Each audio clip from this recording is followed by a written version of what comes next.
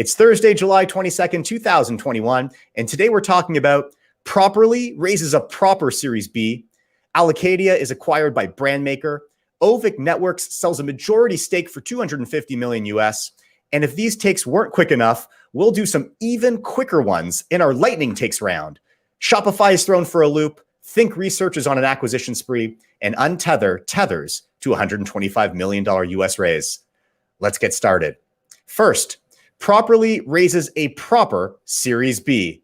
Alex, what's the news here? Well, it's very simple. Properly raised $44 million from new investors, Bain Capital Ventures, Intact Insurance, and FCT, and a bunch of angels, which we can get to in a few minutes, and previous investors like Golden Ventures and 1984 Ventures. I guess you can't really use Properly because you're married to a real estate agent, right? That's correct. But she is the best agent out there. But if you weren't married to Cello, would you want to tell me more about the service? This is the kind of thing that you would want to use, right? Yeah. Well, instead of me telling you about the service, why don't we get the founder to come up? All right. To tell us more about Properly and this proper raise, we are joined by Anshul Ruparel, the co-founder and CEO of Properly in the virtual TechTO studio. Welcome, Anshul. Hey guys, nice to be here. So Anshul, are you actually getting any sleep today? So I was telling you this before the show. We started to sleep train my 4-month-old last night. So you're catching me. I wouldn't say as well rested as I'd like to be, but feeling good. Happy to be here. Well, tell us about. You must be getting some more rest right now. You just raised a nice round. So tell us about the round that came together. Sure, be happy to. I mean, maybe before doing so, I'll just describe Properly for in case it's helpful. So Properly we're a technology company that helps Canadians buy and sell homes.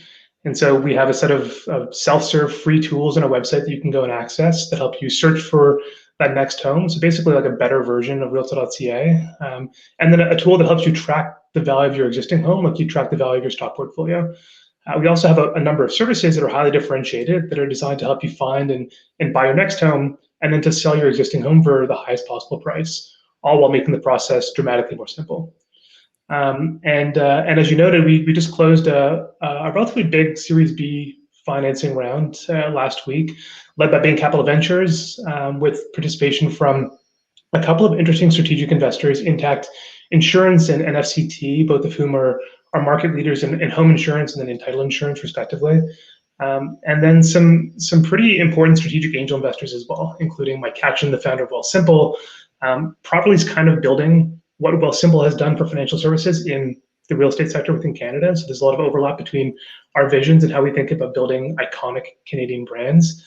And then within the real estate ecosystem, the founder of Zillow, Spencer Raskoff, the founder of Open Door, Eric Wu, and then some folks like Lydia Jett from the SoftBank Vision Fund, and then John Ehrlich, who's the original head of marketing for Facebook, participated as well. So very exciting milestone and excited to share with you. So this is exciting news. I love how you described your product. Would love to know, what I found very interesting is you have Spencer and Eric investing. And, you look at the States, Zillow helps you with discovery of prices and tracking your house. Eric, is founder of Open Door, which is an iBuyer. So why'd you get those investors and why do they invest? So the U.S. market, so Canada and the U.S., the structure of the real estate market is actually pretty similar. And so just like in the U.S. and Canada, you have real estate agents on both sides of the transaction to help you buy and help you sell. Commissions are really high. They average about 5% in Canada, relative to 6% in the U.S. And there's an MLS-based system, which basically means it's a central repository of all real estate data that those who are licensed brokerages have access to. And the Canadian market is really big. There's about $400 billion a year in homes bought and sold. Yet, despite that, there's been basically no innovation in Canada. There's been an immense amount in the US. And so you have companies like Zillow that have become synonymous with home search and discovery. Zillow literally controls 50% of all real estate web traffic in the US. Then you have companies that are making it a lot easier and more streamlined to buy and sell a home. Open Door is an example, Eric, who invested in Properly. Other companies like Compass and Orchard exist as well. And then you have a bunch of companies that help you to manage the closing process, financing, get insurance. In Canada, across all three of those dimensions, things remain really as they did 20 years ago. And so what we see as an opportunity is to elevate the experience for Canadians, to provide them with a dramatically improved experience as they go from home search all the way to home sale, and actually to do so under one roof, to be that end-to-end partner that helps them from the beginning of their home buying journey all the way to the very end. And in the US market, that opportunity doesn't really exist because you have these point solutions across each of those three pillars. And so we thought it would be really valuable to bring on board some of the folks who built those iconic companies in the US, and to benefit from their decade or more of experience in having built those transformational companies, and hopefully avoiding some of the mistakes that they made, and then benefiting from a lot of the infrastructure that they built. So we're excited to have them on board, and expect that they'll be pretty strategic advisors to us as well over the coming years. So that's a really interesting insight, and I'd love to hear a bit more about the maturation about your approach to the Canadian market and the differences. Because when I remember you launched in Calgary, I think it was very close to the open door model, but it sounds like you have a suite of products that are different and differentiated for the Canadian market. So how did you get there, and what led you down this path? So when we first launched back in 2018, the idea was, let's just validate whether, if we launch a service that is dramatically better than the traditional way of selling. And so for context, our old service that we used to offer was called iBuying. So a customer could sell their home directly to us at a fair market price in as few as 3 days, and avoid living through the stress and hassle and complexity of a listing process, which for anyone with a family and kids and a busy working life, they know how difficult and stressful that can be. And so that experience was very objectively 10 times better than any incumbent solution, than working with a traditional agent, but it was very different than what people are used to doing. And in Canada, you've been conditioned for decades to think that the only way to go through a home purchase or sale is to hire an agent and manage that process, as has been the case for decades. And so we wanted to first validate, will people actually be open to something new and different? And the answer to that question, which we actually learned pretty quickly, because we started to grow really quickly and get a lot of brand awareness and buzz, was that people were really open to it and excited about that. And so it gave us the confidence to then go and put the team together and raise capital to start building technology to innovate, not just in the transaction, but in the beginning of the home buying journey as well, and helping you to search for that perfect home online. Because a lot of the tools that exist today, they don't help you find the information you need. They don't help you see what price that home is likely to sell for, to book a tour instantly, to get a predicted sale price for your home in real time, and then to be able to track that month over month over month as it evolves and as the market moves, so you can perfectly time your purchase or sale. And so we started to build those tools, and we made them totally free and available for anybody to use today in the GTA, and very soon across the rest of Canada. And so we've evolved from being, I guess, the transactional solution to now doing a lot more than that. And then offering more services as well. So when you work with Properly, you can actually unlock the equity in your existing home before you've even sold it. So you can go and make an unconditional offer on your next home, move into it, and once you've done so, we'll then list your existing home in the market, so you don't have to live through the listing process. But we also have other tools. Like, for example, there's a service we have called Properly Polish, where you can access a $20,000 interest-free advance to fund home repairs. So you can actually get your home in incredible shape before it gets listed, so it's sell for a higher price, and then that 20,000 can just be repaid out of the sale proceeds. Interesting. How do you make sure people are spending the 20K where they said they were going to spend the 20K? We manage it entirely for them. Okay. So we make recommendations as to, here are the 2, 3, 4 things you can do to get a really attractive return on investment. And we'll actually bring on board the trades, the painters, the contractors. And we've partnered with a company, a Toronto-based company called Jiffy, that helps to facilitate a lot of that. And they've been amazing partners to us, and we think really highly of their team. And so we manage that on the customer's behalf. Because at the end of the day, when you're going through a home purchase sale, it's one of the most significant milestones in your life. It's so stressful. The stakes are so high, but there's so many moving pieces. There's so many parts involved. And so we really act as the concierge to take on all of that for you, so you don't have to worry about it. And you can just focus on finding that perfect home, moving into it, and enjoying it with your family. Well, I love the genius move of partnering with Jiffy. We're big Jiffy users in this household. Made our life a lot more pleasant. No one has to worry about when the plumber's showing up. Last question while I have you is, why raise? Like, $44 million. It seems like everything was going smoothly. Sounds like you're introducing lots of products, but what are you going to use the $44 million for? So yeah, we've had a really exciting year. We've been growing really quickly, and it became clear especially like 2-3 months ago, that we built this really strong foundation in the GTA specifically. And so our service was resonating strongly. There was a lot of interest from customers. Our products were growing really quickly and people loved to use them. And we wanted to capitalize on that strength to go and pursue a national expansion. And so with this funding, we can both expand our team. So we're about 60 people full-time today in Toronto, and our team will probably triple in size over the next 12 months. And so for anyone looking for the next opportunity, just check out our career sites. And this capital will help us to fund that. The second is that there's a lot more technology and a lot more services that we want to launch for Canadians. And so this will give us the resources we need to fund that R&D. And then finally, we'll be expanding from just focusing on the GTA as we do today to being a national player. We'll be launching in Vancouver, across the rest of Ontario, and most other major markets in Canada pretty soon. So just pick up on the careers, 120 jobs in the next little while. Where can they find it in case someone wants to look it up? They're listening to this on their jog and want to go back and type a URL in.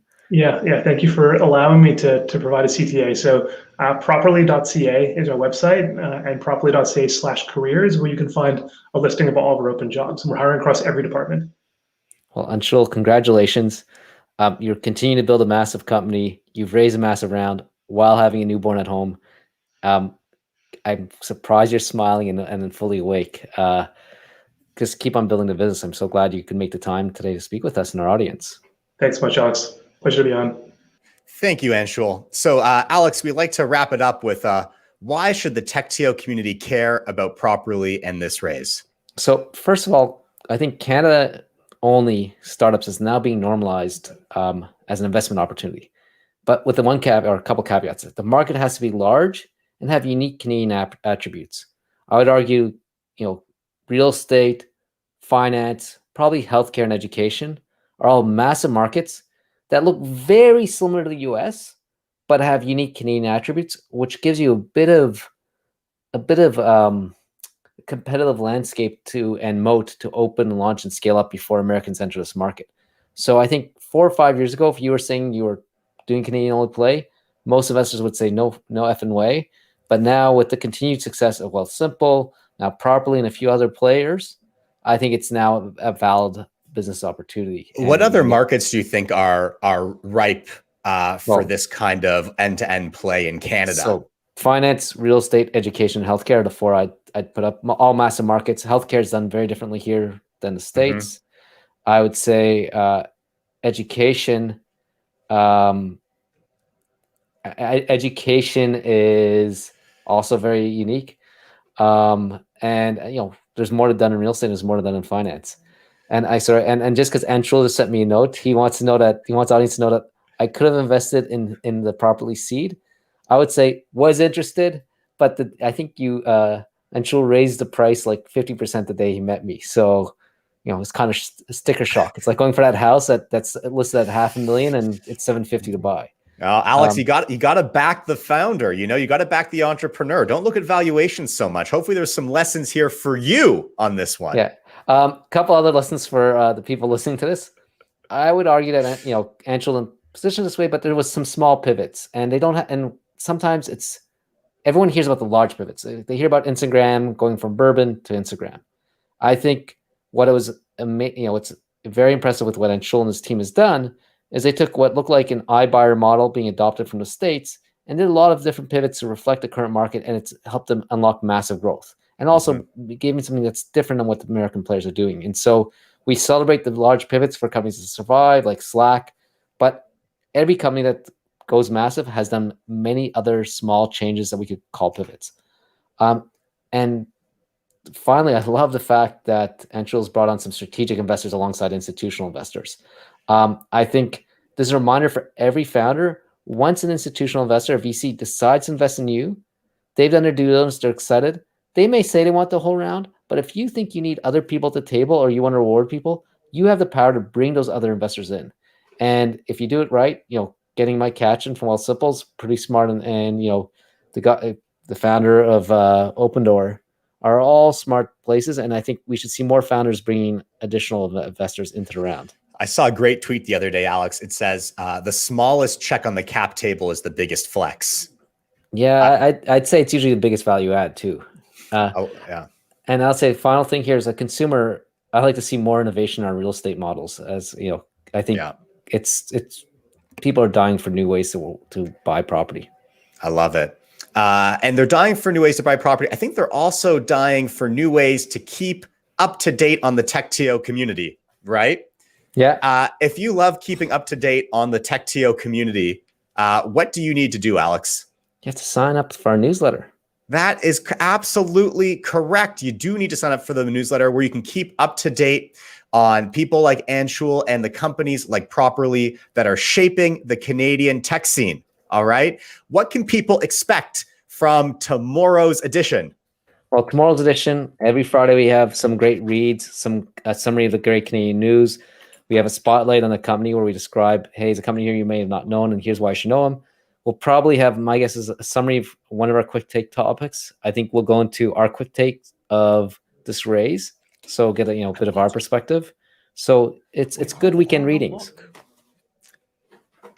Fantastic. That is awesome. Next up, Allocadia is acquired by BrandMaker. What's the news here, Alex? So Vancouver-based Allocadia is being acquired by Atlanta-based BrandMaker.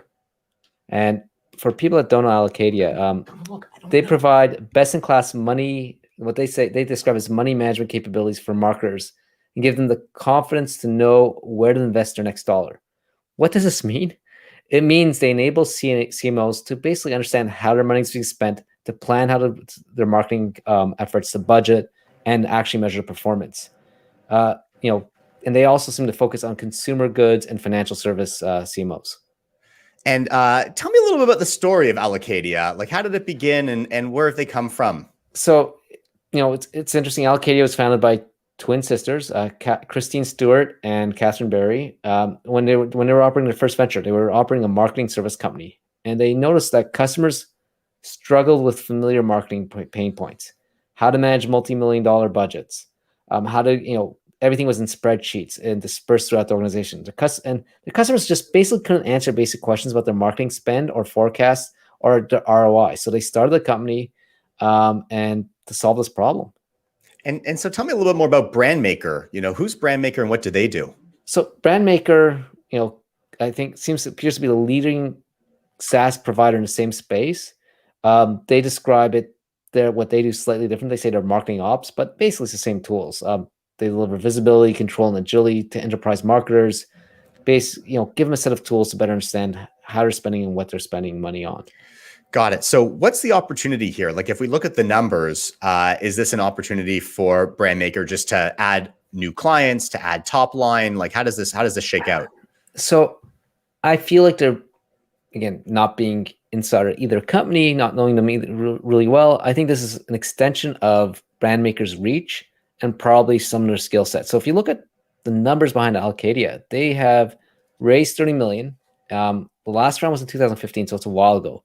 But they've actually built what looks like a decent-sized business. They have $25 billion of managed marketing on their platform. They have customers like Autodesk, Charles Schwab, Cloudera, Land O'Lake, which is my favorite one. So they do seem to have a lot of reach, and they between the two of them, they'll have combined employees of 300 employees. So it's a fairly sizable SaaS business in the marketing space. And why should the TechTO community care about this deal? Well, I think with all the SaaS companies in the news, there seems to be new financing rounds, new IPOs every week. You think every SaaS company with traction is due for a large exit. This reminds us there's no guarantee of a big outcome. My guess is no price was announced, that it wasn't a huge outcome. But Allocadia seemed like all has hallmarks of a winning SaaS business. They have traction. They're able to raise money. They had $25 billion of managed marketing spend. Of course, that doesn't mean they're getting $25 billion in revenue. But here's something company that from the outside in is very impressive what they've accomplished. Like, hey, I'd love to see my companies get this much traction. But the exit was probably good, not great.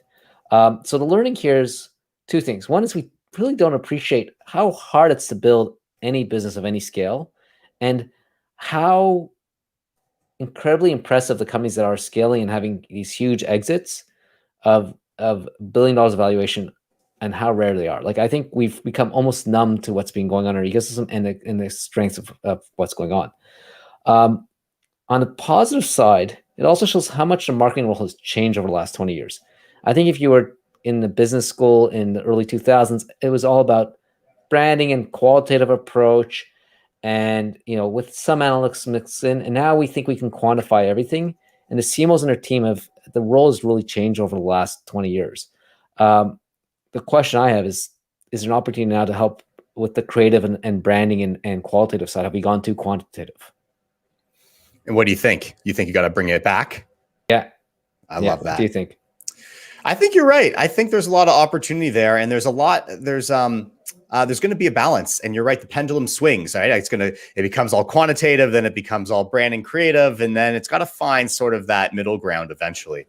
And as people are searching for new things and new middle ground, Alex, we got to tell them about the TechTO Talent live stream that is coming up next week on July 28th. All right. So if you're looking for your next career move or looking to grow your team with awesome Canadian talent, you've got to be at this interactive live stream. You're going to meet new people. You're going to learn about hot tech companies, and it's going to be awesome. Alex, have you got your free ticket at techto.org yet? You bet I do. Of course you did. Awesome. And then this is really exciting. On Monday, August 9th, this is something we haven't done in what, like almost a year and a half, right? I think I used to have hair last time we did this.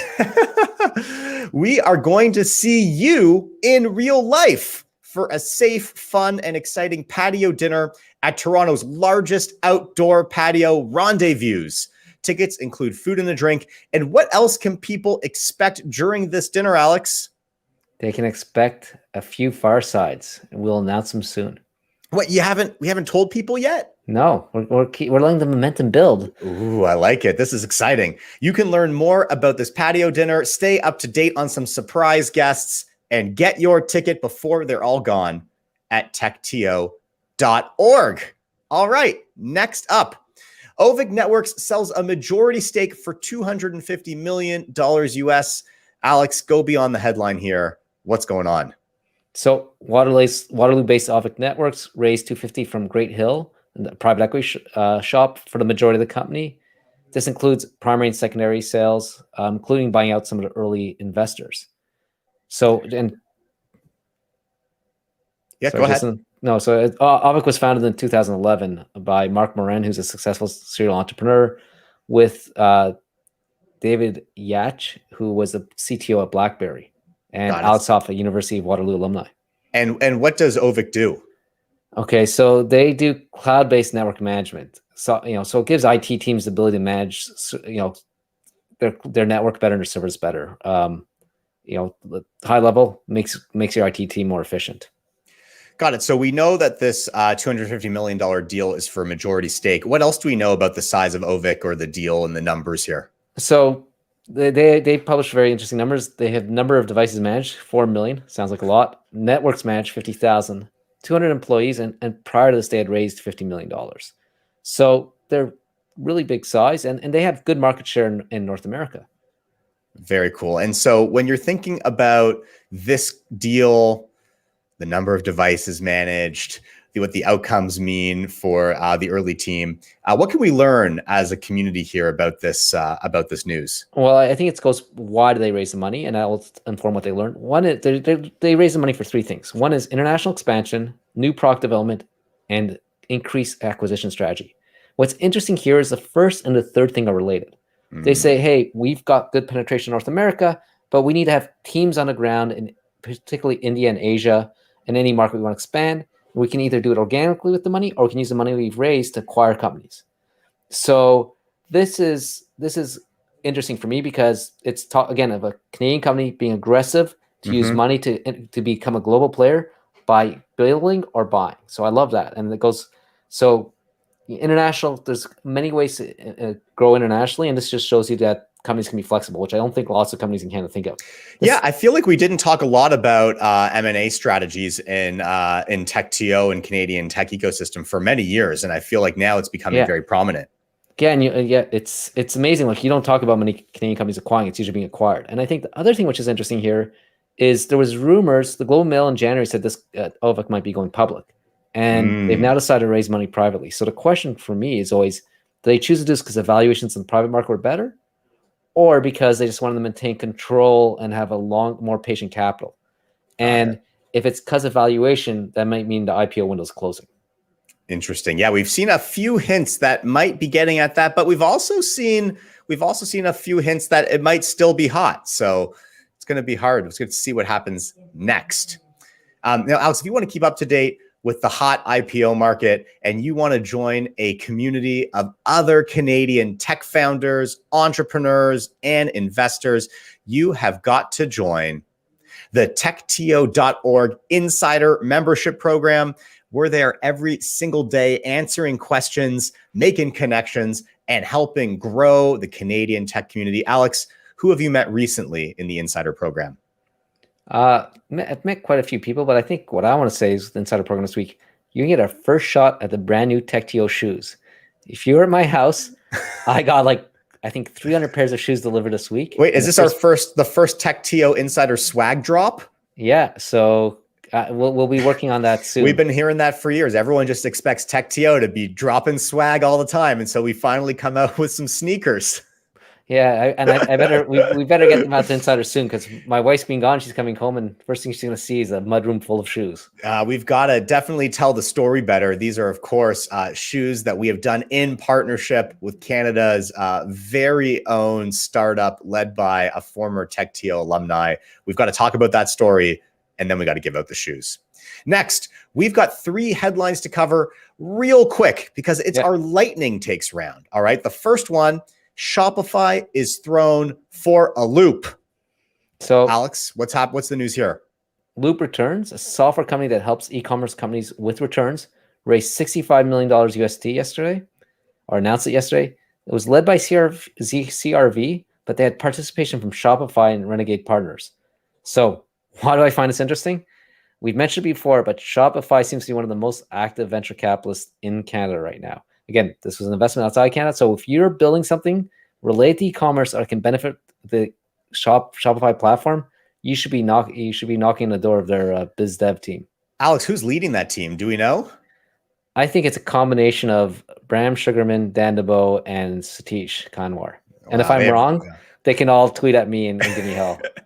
They are ramping up there. Okay, next. Think Research is on an acquisition spree. What's the news here? So Think Research spent about $45 million in cash and equity, plus an annual earnout to buy biopharma services. Biopharma is what you call a contract research organization.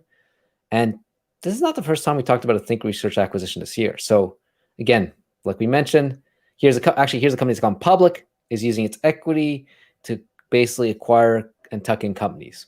So them and Lightspeed are starting to change the way Canada works. Meanwhile, Shopify is not acquiring people, it's investing in them to basically benefit when they go public. Got it. So I think what you're saying is you got to make the corporate rounds when you're raising or when you're looking for exit opportunities, not just the traditional VC finance or public markets. Yeah, you don't have to go to Google and Apple now. All right, last lightning take.